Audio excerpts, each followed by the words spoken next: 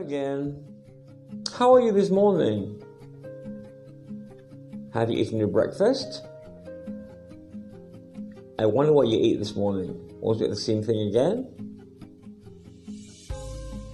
Today's the 21st of April, 2020. Do you remember what day today is? Spot on. It's Tuesday. And this is our first lesson this week. Do you remember the pages that I gave you last week? The last pages from the story called Barney, Malloon's Balloon? Today, I'm going to see how much you remember about the story. We're going to start with our question time now. Take a look at the questions, answer each of them in full sentences.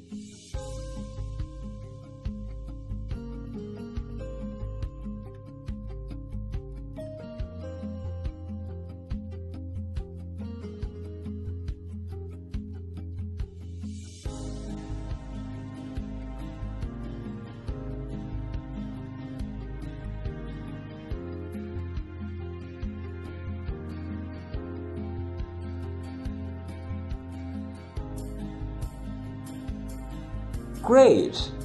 I'm very sure you could answer all the questions correctly. But if you didn't answer any of the questions correctly, you might want to try and answer them again. Next, I'd like to hear you recite the poem in front of the camera. Perhaps you can get your father or mother to record you reciting the poem, and you can share it with me on WhatsApp. Now before you do it, why not we recite the poem together? I love my mom, I love my dad, I love my friends and the pets I have. I love my grandma and my grandpa too. I love everyone, including you. Now it's your turn to recite the poem. If you cannot recite both stanzas, perhaps you can just do one and get it recorded. Share the video with me on WhatsApp. Thank you.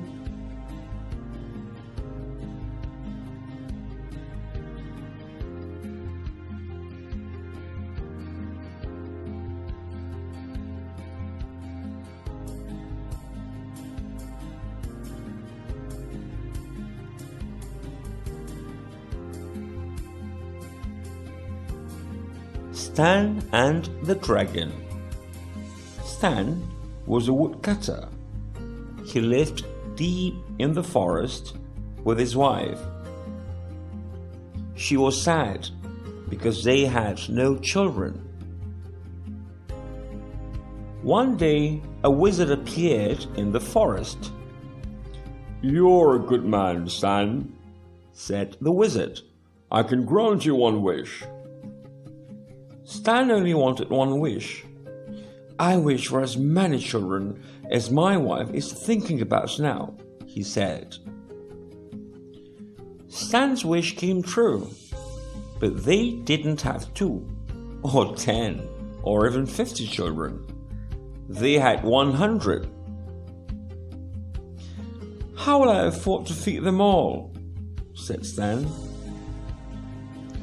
His friend Sam had an idea. "A dragon has been scaring my sheep," he said. "If you can find its cave, you might find its treasure." So Stan set off in search of the dragon and its treasure. Stan didn't find the dragon. The dragon found him.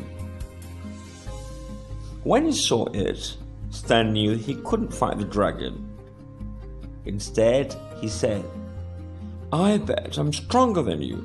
I can squeeze a stone until it drips." "You're strong," grunted the dragon. He didn't know Stan's stone was a flammable cheese. The dragon took Stan to meet his mother. "It must have been a trick," she said. "If you really are stronger than my son, I'll give you our treasure." She found 2 clubs. "See how far you can both throw these." "I'll throw mine over that mountain," said the dragon. "How about you?" "I can't throw now," Stan said. "The moon's in the way." Now the dragons were scared. Stan was the strongest man they had ever met. They made a plan to kill him in the night.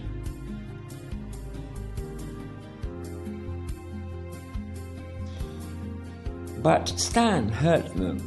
He decided to fool them and put a log in his bed. In the middle of the night, the dragon crept to Stan's bed. Bam! He whacked the bed just where he thought Stan's head was. "That's killed him," said the dragon. When Stan appeared next morning, the dragons were astonished. "I have a little bump on my head," he said. "Perhaps a flea bit me in the night." Stan was much too clever for the terrified dragons. They took out the treasure. "Here," they said. "Take it, just go away and leave us alone." They even carried the treasure home for him. Stan had enough gold to buy his huge family all the food they could eat. The end. That's all the time we have for today's lesson. How was it? I really hope you enjoyed yourself. Before I go, please remember to read again all the pages from Barney Malloon's Balloon storybook. And of course, I would be very happy if you could practice singing the song I Can Sing a Rainbow. Until Thursday, goodbye.